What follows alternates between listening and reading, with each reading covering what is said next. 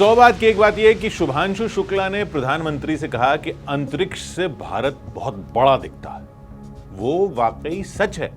पता है, कई लोगों ने सोचा, जैसे राकेश शर्मा ने यादगार तरीके से तब की प्रधानमंत्री इंदिरा गांधी से अंतरिक्ष से बात करते हुए कहा था ना कि भारत सारे जहां से अच्छा दिखता है। इंदिरा गांधी ने राकेश शर्मा से पूछा था अंतरिक्ष से भारत कैसा दिखता है, तो उन्होंने कहा था कि सारे जहां से अच्छा दिखता है।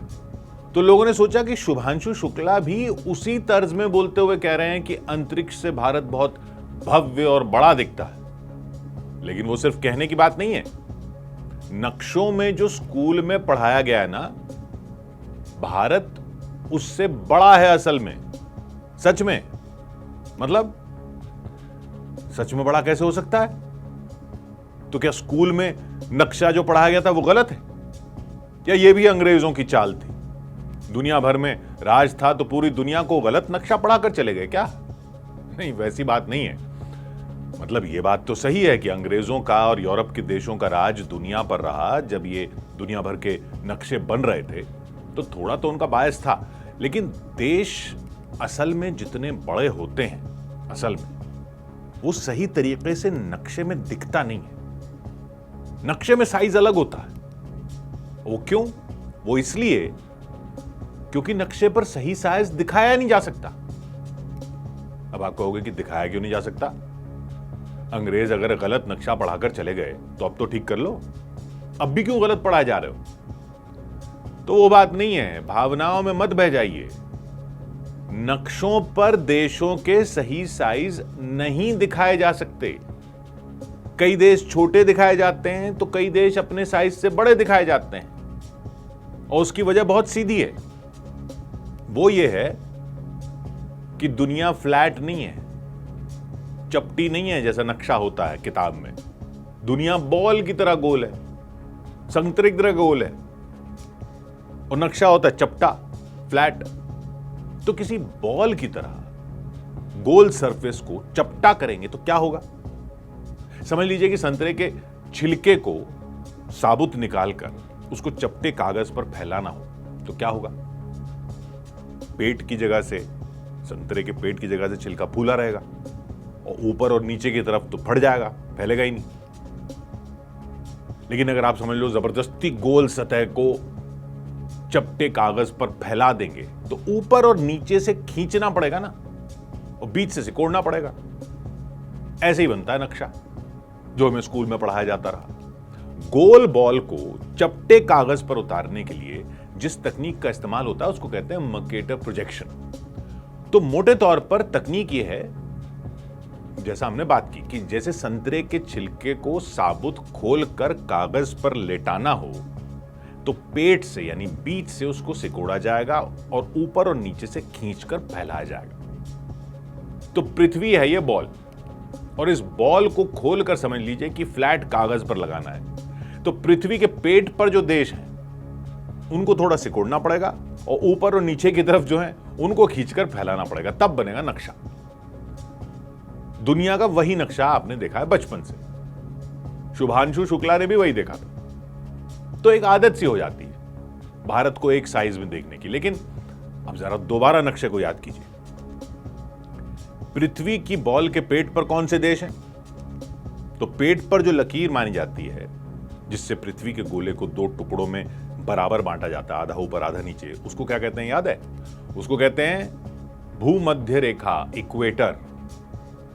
यानी जो देश भूमध्य रेखा पर हैं, इक्वेटर पर हैं, वो बिल्कुल गोले के पेट पर है। और ऊपर और नीचे क्या है गोले के? नॉर्थ पोल और साउथ पोल, उत्तरी ध्रुव, दक्षिणी ध्रुव।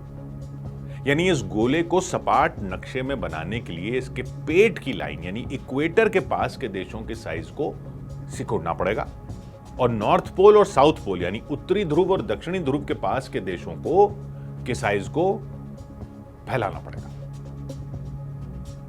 ऐसे ये मेरी तरह ही दोनों हाथों को गोल बनाने की कोशिश की, ठीक है? अब इसको खोलकर एक सपाट करना है, ऐसे सपाट प्लेट की तरह बनाएंगे, ऐसे खोलकर। तो कैसे बनाएंगे? ऊपर से उंगलियां ये फैल जाएंगी ना, वैसे ही। तो गोले के पेट पर इक्वेटर है इक्वेटर से भारत कितनी दूर है? सिर्फ 900 किलोमीटर। सिर्फ 900 किलोमीटर इक्वेटर से भारत दूर है। और नक्शा याद कीजिए, स्कूल में जो पढ़ा था, ऊपर उत्तरी ध्रुव की तरफ चलेंगे तो कौन से देश हैं? एक देश है ग्रीनलैंड। नक्शा देखा है ग्रीनलैंड का और भारत का? नक्शे में इतना बड़ा दिखता है ग्रीनलैंड, देखने में ऐसा लगता है कि न जाने कितने भारत आ जाएंगे एक ग्रीनलैंड के अंदर डालें तो। लेकिन आपको पता है ग्रीनलैंड का एरिया कितना है? लगभग 21 लाख स्क्वायर किलोमीटर। और भारत का कितना है मालूम? 33 lakh square kilometre. Greenland 21 lakh, Bharat 33 lakh, यानी भारत ग्रीनलैंड से 1.5 गुना बड़ा है। लेकिन नक्शे में ऐसा लगता है कि ग्रीनलैंड में भारत जैसे कई देश आ जाएं। यह है मर्केटर प्रोजेक्शन का खेल। यूरोप का नक्शा तो आप आजकल रोज देख रहे हो। उसमें उत्तर में देश है ना, नॉर्वे, स्वीडन, फिनलैंड, डेनमार्क। वो देखें आपने? स्कैंडिनेवियन देश कहते हैं उनको, नॉर्वे, स्वीडन, फिनलैंड और डेनमार्क। सब मिलाकर कितने बड़े लगते हैं, भारत से कितने बड़े लगते हैं नक्शे पर। लेकिन इनका एरिया पता है कितना है? टोटल मिलाकर सिर्फ 11 लाख स्क्वायर किलोमीटर। और भारत है 33 लाख स्क्वायर किलोमीटर, यानी भारत इन सब को मिलाकर भी इनसे 3 गुना बड़ा है असल में। लेकिन नक्शे में छोटा हो जाता है, क्योंकि ये पृथ्वी के गोले में ऊपर है और भारत है गोले के पेट के पास।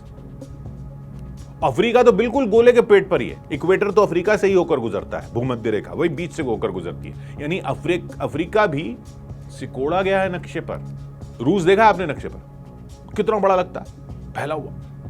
रूस देखिए, अफ्रीका देखिए, नक्शे पर, गोले पर नहीं, नक्शे पर। रूस अफ्रीका से कितना बड़ा दिखता है, जबकि रूस का एरिया है लगभग 1.25 करोड़ स्क्वायर किलोमीटर और अफ्रीका का एरिया 3 करोड़ स्क्वायर किलोमीटर, यानी अफ्रीका रूस के दुगने साइज से थोड़ा ही कम है, दुगने से।